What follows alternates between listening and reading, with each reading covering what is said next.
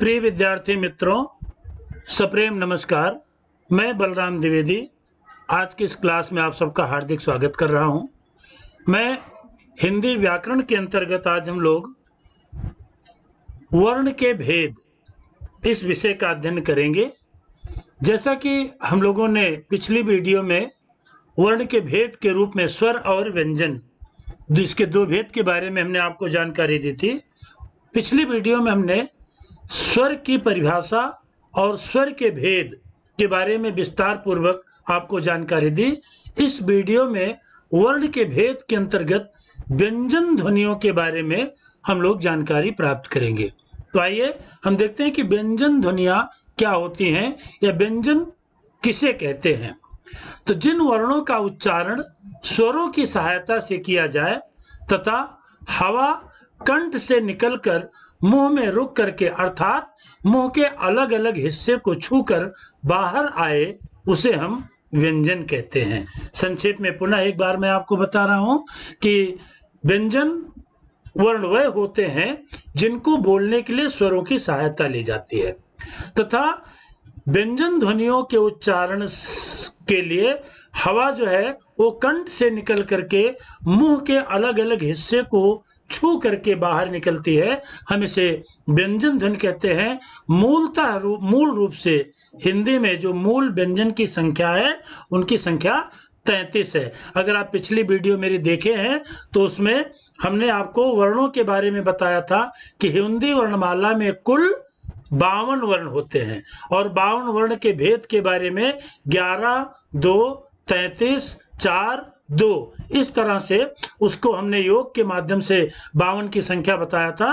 तो यहाँ व्यंजन ध्वनियां जो होती हैं वो मुख्य रूप से इनकी संख्या 33 है। अब आइए हम देखते हैं व्यंजन के भेद। जो व्यंजन ध्वनियां होती हैं उसका हम भेद 3 आधार पर करते हैं। उच्चारण की दृष्टि से माने बोलने की दृष्टि से व्यंजन के 3 भेद होते हैं।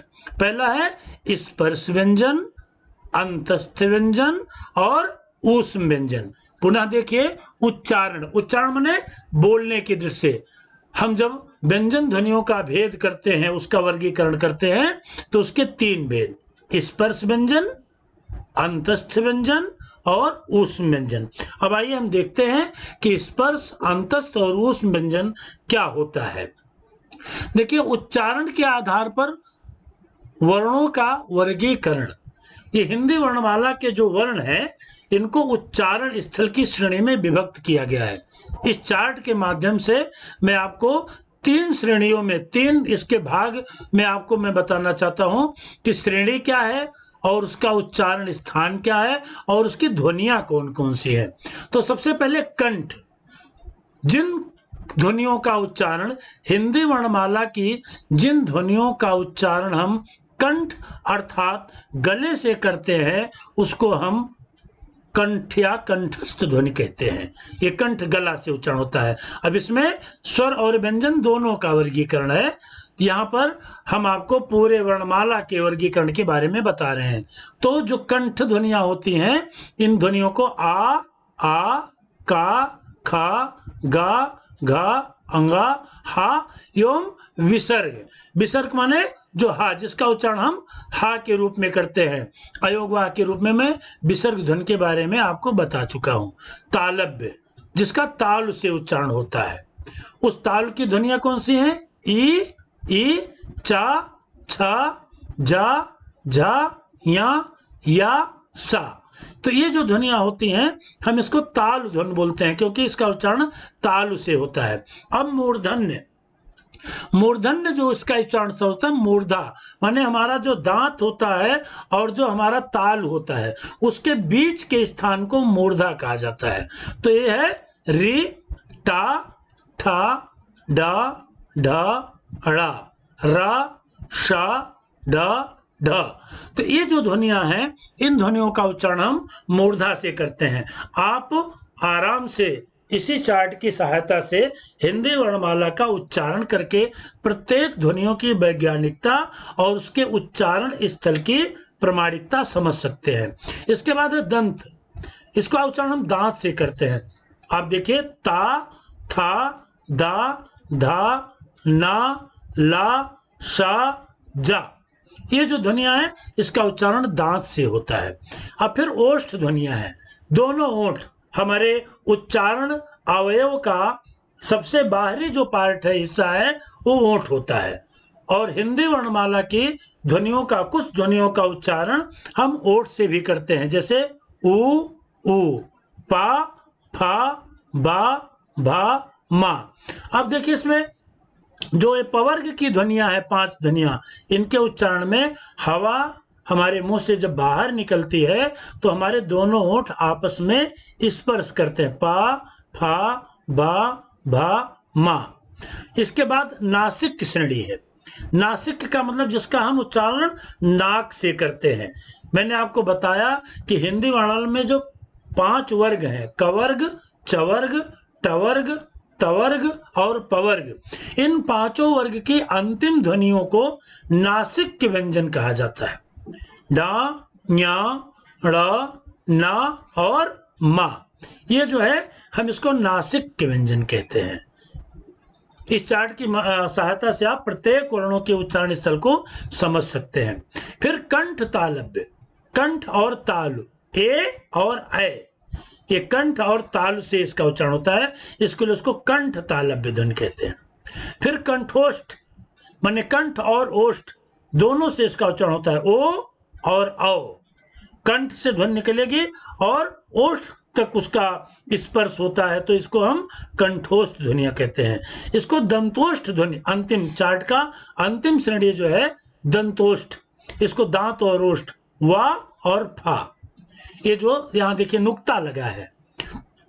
तो इस तरह से हमने देखा कि नासिक ध्वनियों के बाद जो कंठ तालव्य, कंठोष्ठ और दंतोष्ठ, इसमें 2 उच्चारण स्थल हैं, माने कंठ और तालु है और कंठ और ओष्ठ है और दांत और ओष्ठ है। तो प्रिय विद्यार्थी मित्रों, इस उच्चारण के आधार पर जो वर्गों का वर्गीकरण किया गया वर्णों का, इसके आधार पर हम ध्वनियों के उच्चारण स्थल को आसानी से समझ सकते हैं। अब इसी को चार्ट को और स्पष्ट किया गया है, जिसमें वर्णों के उच्चारण स्थल को एक मुख की आकृति बना करके कि हमारे जो उच्चारण के अंग हैं, अवयव कि मुख के किन किन हिस्सों से हमारी ध्वनियों का उच्चारण होता है, तो उसको इस चार्ट के माध्यम से भी और स्पष्ट किया गया है। जैसे नासिका, देखिए नासिका, ये रो बना है, यहाँ पर रेखाएं खींची गई हैं, तो ये नासिका की ध्वनियां है। मैं इसी को बता चुका हूं। दंत मूल, दंत, देखिए ये जो इसका जो चिन्ह है, रेखाएं हमारे दांत को, दंत मूल को स्पर्श कर रही हैं। फिर दंत तवर्ग, तवर्ग माने ता, था, दा, धा, ये सभी तवर्ग के अंचरण आता है। फिर दंत और ओष्ठ, ओष्ठ और ध्वनियां जो हैं उ और ऊ, और पवर्ग, पवर्ग के बारे में भी हमने पिछले स्लाइड पर आपको बताया, पा, फा, बा, भा, मा। फिर ओष्ठ और कंठ, कंठोष्ठ बताया था हमने। इसी तरह से मूर्धा, मूर्धा हमारे कंठ के थोड़ा और ताल के बीच का जो हिस्सा होता है। फिर तालु, तालु जैसे तवर्ग, चवर्ग जो होता है, चा, छा, जा, जा, तो ताल और दांत के बीच की स्थिति को मूर्धा कहते हैं। यहाँ से टवर का उच्चारण होता है और तालु से हम चवर का उच्चारण करते हैं। इसी तरह से कंठ और ताल और कंठ, आ कवर्ग जो ये है, तो इस तरह से हमने आपको कंठ माने इस चार्ट के माध्यम से प्रत्येक उच्चारण स्थल को इसमें स्पष्ट किया गया है और उसे उच्चरित ध्वनियां भी, एक कोष्ठक जो बना हुआ है वर्गाकार, इसमें उन ध्वनियों को भी लिखित रूप दिया गया है, जिससे विद्यार्थी उसको ध्वनियों के उच्चारण स्थल को अच्छे ढंग से समझ पाए। तो आज जो इस वीडियो का हमारा मुख्य दोष है व्यंजन ध्वनियां है। व्यंजन वह ध्वनियां होती हैं जिनके उच्चारण में हमें स्वर की सहायता लेनी पड़ती है और इन ध्वनियों का उच्चारण हमारे मुख के अलग अलग हिस्से को छू करके निकलता है। इस चार्ट में विशेष रूप से यही रेखांकित किया गया है। अब देखिए स्पर्श व्यंजन, वही जो हमने अभी चार्ट में बताया, पहला जो स्पर्श व्यंजन है जिसके आधार पर जो हिंदी वर्णमाला की जो व्यंजन ध्वनियां हैं, उन व्यंजन ध्वनियों को, जिन व्यंजनों का उच्चारण करते समय हवा कंठ, ताल, मूर्धा, दांत या ओष्ठ का स्पर्श करके मुख से बाहर आती है, उन्हें हम स्पर्श व्यंजन कहते हैं। स्पर्श व्यंजन 25 होते हैं, का से मां तक। उसमें कवर्ग, चवर्ग, टवर्ग, तवर्ग और पवर्ग, ये जो 5 वर्ग हैं, और 5 वर्ग में प्रत्येक वर्ग में 5 ध्वनियां, और इन 5 ध्वनियों को 5 5 5 5 5 5 मिलकर के 25 ध्वनियां हैं इसमें। इसमें कवर का उच्चारण कंठस्थ है, चवर का उच्चारण तालव्य है, टवर का उच्चारण मूर्धा है, और पवर का उच्चारण दंत है, और सॉरी, टवर का उच्चारण दंत है और पवर का उच्चारण ओष्ठ है। और इस प्रत्येक वर्ग की पंचम ध्वनि, ये पंचम ध्वनि जहां हम आपको रेखांकित रेड चिन्ह से देखिए, हम बता रहे हैं आपको।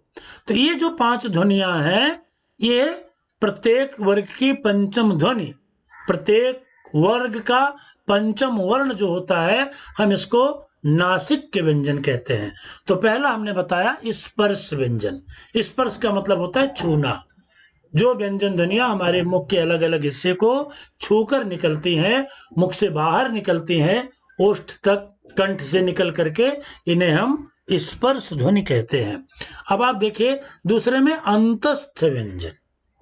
ये 4 व्यंजन अंतस्थ व्यंजन होते हैं। अंतस्थ व्यंजन किसे कहते हैं?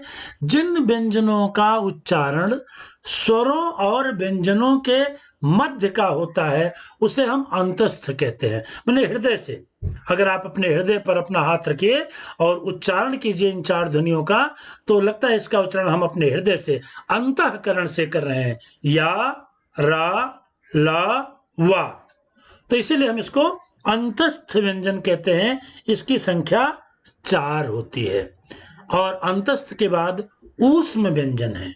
ऊष्म व्यंजन माने जिन व्यंजनों का उच्चारण करते समय हवा मुंह से टकराकर ऊष्म, थोड़ा गर्मी पैदा करती है, उसे हम ऊष्म व्यंजन कहते हैं।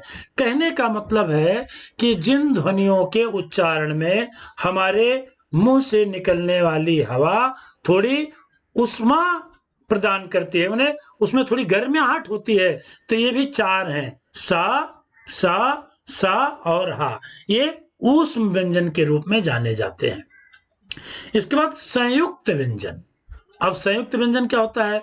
2 अलग अलग व्यंजनों के योग से बने व्यंजनों को हम संयुक्त व्यंजन कहते हैं। आप हिंदी वर्णमाला में एक कुल 4 संख्या है इनकी। आप देखिए, छा, त्रा, ज्ञा और स्रा, ये जो 4 वर्ण हैं, ये संयुक्त व्यंजन है, जो क्रमशः 2 व्यंजनों के योग से बने हैं। का और सा से छा, जैसे कक्षा। ता और रा से त्रा, जैसे त्रिशूल। इसी जा और या से ज्ञा शब्द बना है, हम जिसको ज्ञानी, जैसे इसका मूल प्रयोग करेंगे तो ज्ञानी शब्द बनेगा, जा और या। और सा और रा, इसे श्रा वर्ण बनता है, जो होता है श्रीमान शब्द जैसे बनता है। तो ये 4 वर्ण जो होते हैं विद्यार्थियों, ये हम इसको संयुक्त व्यंजन के रूप में जानते हैं। और संयुक्त व्यंजन वह व्यंजन होते हैं जो 2 अलग अलग व्यंजनों के योग से बनते हैं। आप इसमें देखिए, ये धनात्मक जो चिन्ह है, ये 2 वर्णों के योग से बना है, 2 व्यंजनों के योग से बना है, इसलिए हम इसको संयुक्त व्यंजन के नाम से जानते हैं। अब देखिए अगला द्वितीय व्यंजन। एक ही प्रकार के स्वर रहित या स्वर युक्त व्यंजन जब एक साथ उच्चारित किए जाएं या बोले जाएं, तब उन्हें हम द्वितीय व्यंजन कहते हैं।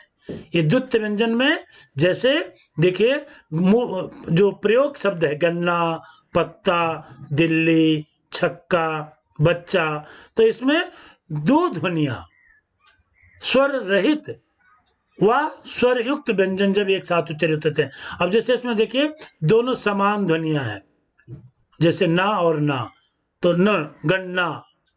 अब यहां पर अगर हम एक मात्रा लगा देते हैं तो गन्ना हो जाएगा, लेकिन जब 2 ध्वनियों का इस तरह से हम उच्चारण करते हैं तो गन्ना, पत्ता, दिल्ली, छक्का, बच्चा, माने पहली ध्वनि व्यंजन ध्वनि होती है और दूसरी ध्वनि स्वर युक्त व्यंजन होता है, तो इसको हम द्वित्व व्यंजन के नाम से जानते हैं।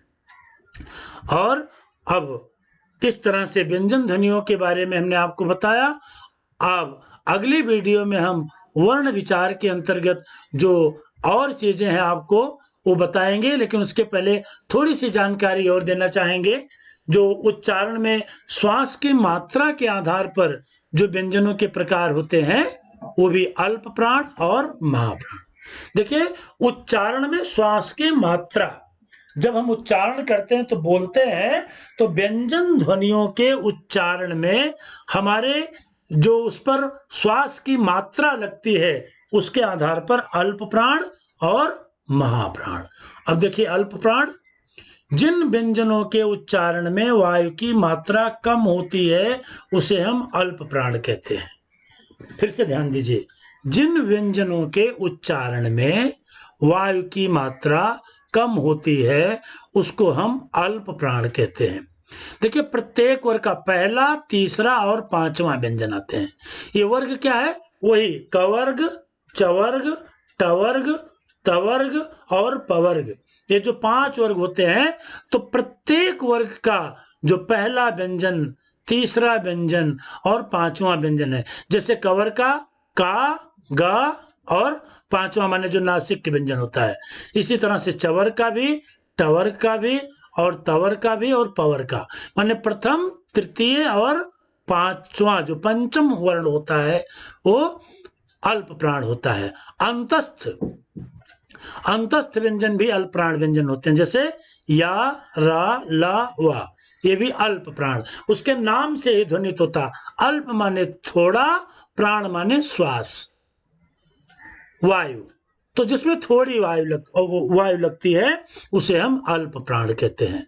अब महाप्राण, जिन व्यंजनों के उच्चारण में वायु की मात्रा अधिक होती है उसे हम महाप्राण कहते हैं। प्रत्येक वर्ग का दूसरा और चौथा, हमने बताया प्रत्येक वर्ग का पहला, तृतीय और पंचम वर्ण अल्प प्राण, और दूसरा और चौथा माने जो सम संख्या है वर्ग की, कवर्ग, चवर्ग, टवर्ग और तवर्ग, पवर्ग की, वो महाप्राण होती हैं। और जो विषम है, जैसे पहला, तीसरा और पांचवा, वो अल्प प्राण होता है।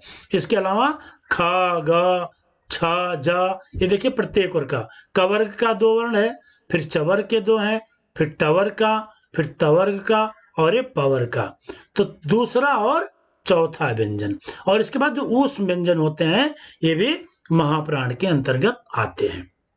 इस क्रम को आगे चलते हैं। और अघोष और सघोष, अघोष और सघोष भी ये थोड़ा सा उच्च कक्षाओं के लिए जो विद्यार्थी हैं उनके बारे में बहुत महत्वपूर्ण है, इसलिए मैंने इसी वीडियो में इसको भी आपको समझाने की कोशिश की है।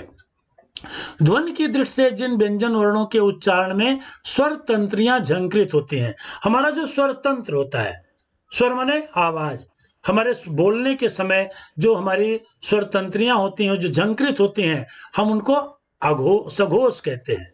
सघोष, घोष माने झंकृत होना, स माने साथ में, तो जिन ध्वनियों में उच्चारण में हमारी स्वर तंत्रियां कंपित होती हैं उन्हें हम सघोष कहते हैं, और जिनमें हमारी स्वर ध्वनियां झंकृत नहीं होती हैं हम उन्हें अघोष व्यंजन कहते हैं। अब अघोष और सघोष व्यंजन इस प्रकार हैं। हमने 2 अलग अलग चित्रों में 2 अलग अलग इसके स्लाइड, इसी स्लाइड में 2 अलग अलग रूप दिए गए हैं, सघोष और अघोष। तो सघोष में प्रत्येक वर्ग का तृतीय, चतुर्थ और पंचम और या, रा, ला, वा, सा, ये वर्ण सघोष होता है। और प्रत्येक वर्ग का प्रथम, द्वितीय और ये जो 4 वर्ण ऊष्म वर्ण होते हैं ये अघोष होते हैं। तो आपको थोड़ा सा इसमें ध्यान देना पड़ेगा। अल्प प्राण, महाप्राण, सघोष और अघोष ये भी परीक्षा की दृष्टि से महत्वपूर्ण होते हैं, विशेषकर 7वीं 8वीं कक्षा के विद्यार्थियों के लिए। तो अल्प प्राण में जो ध्वनिया वर्ग के प्रथम, तृतीय और पंचम ये अल्प प्राण, और द्वितीय और चतुर्थ ये महाप्राण। लेकिन सघोष में प्रत्येक वर्ग का तृतीय, चतुर्थ और पंचम माने लास्ट 3, तृतीय, चतुर्थ और पंचम ये सघोष होता है, और प्रथम और द्वितीय ये अघोष होता है। अब उच्चारण के आधार पर व्यंजनों का वर्गीकरण आपको हम पहले भी बता चुके हैं। इस चार्ट के माध्यम से जो स्पर्शी व्यंजन है उनकी सूची दी गई है, जो संघर्षी व्यंजन है उनकी भी सूची दी गई है, जो स्पर्श संघर्षी व्यंजन है माने हम जिसको स्पर्श करते हैं उसके बाद जो संघर्ष माने कंपन होता है उसकी भी सूची दी गई है। नासिक के व्यंजन, इसको मैं सभी चीजों को पहले मैं बता चुका हूं। इस स्लाइड के माध्यम से उच्चारण के आधार पर व्यंजनों के वर्गीकरण की एक सूची, एक तालिका आप तक मैं पहुंचाना चाह रहा हूं। इसको आप लोग देखिए, समझिए कि जो प्रकंपी व्यंजन होता है, पार्श्विक व्यंजन होता है, और उच्छिप्त व्यंजन जो होते हैं, और अर्धस्वर व्यंजन जो होते हैं, इस सब की एक सूची दी गई है जो मैं पहले भी थोड़ा आपको बता चुका हूं। इसी के साथ आज की स्लाइड में आपको व्यंजन ध्वनियों के, व्यंजन जो वर्ण है उनके उच्चारण स्थल और उसके भेद के बारे में हमने थोड़ा विस्तार पूर्वक आपको बताने का पूरा प्रयत्न किया है। आशा करता हूं कि आपको समझ में अवश्य आया होगा। फिर से पुनः आप देखेंगे तो और अच्छा समझ में आएगा। आपको वीडियो अच्छी लगी है तो इसको अवश्य आप लोग लाइक करें, शेयर करें, सब्सक्राइब करें। और एक बात मैं आपको धन्यवाद देने के पहले और बताना चाहता हूं कि वर्ण विचार के अंतर्गत अभी एक स्लाइड और है।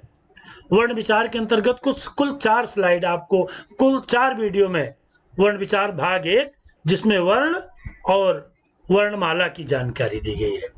दूसरे भाग में जो वर्ण के भेद हैं उसमें स्वर और व्यंजन, तो दूसरे में स्वर के बारे में और उसके जो भेद हैं ह्रस्व, दीर्घ, प्लुत, इसके बारे में और उसकी मात्राओं के बारे में जानकारी दी गई है। और तीसरी वीडियो जो अभी आप हमारे साथ पढ़ रहे हैं इसमें व्यंजन ध्वनियों का भेद है। और अगला जो वीडियो है इसमें हम आपको अयोग व रा ध्वनियों के उच्चारण स्थल और कुछ और महत्वपूर्ण बातें वर्ण विचार के अंतर्गत बताएंगे। प्रिय विद्यार्थियों, एक बात मैं और बता दूं, इस वीडियो के माध्यम से जैसे वर्ण विचार का एक विस्तृत अध्ययन हमने आपको कराया है, इसीलिए इसमें 6ठी कक्षा के भी, 7वीं कक्षा के भी, 8वीं कक्षा के, यहाँ तक कि माध्यमिक कक्षा के विद्यार्थी भी इस वीडियो से लाभान्वित हो सकते हैं। पुनश्च आप सबका बहुत बहुत धन्यवाद। अगली वीडियो में पुनः आपको मिलेंगे वर्ण विचार के चौथे भाग के रूप में, जिसमें हम वर्ण विचार के कुछ महत्वपूर्ण बिंदुओं को रेखांकित करने का प्रयास करेंगे।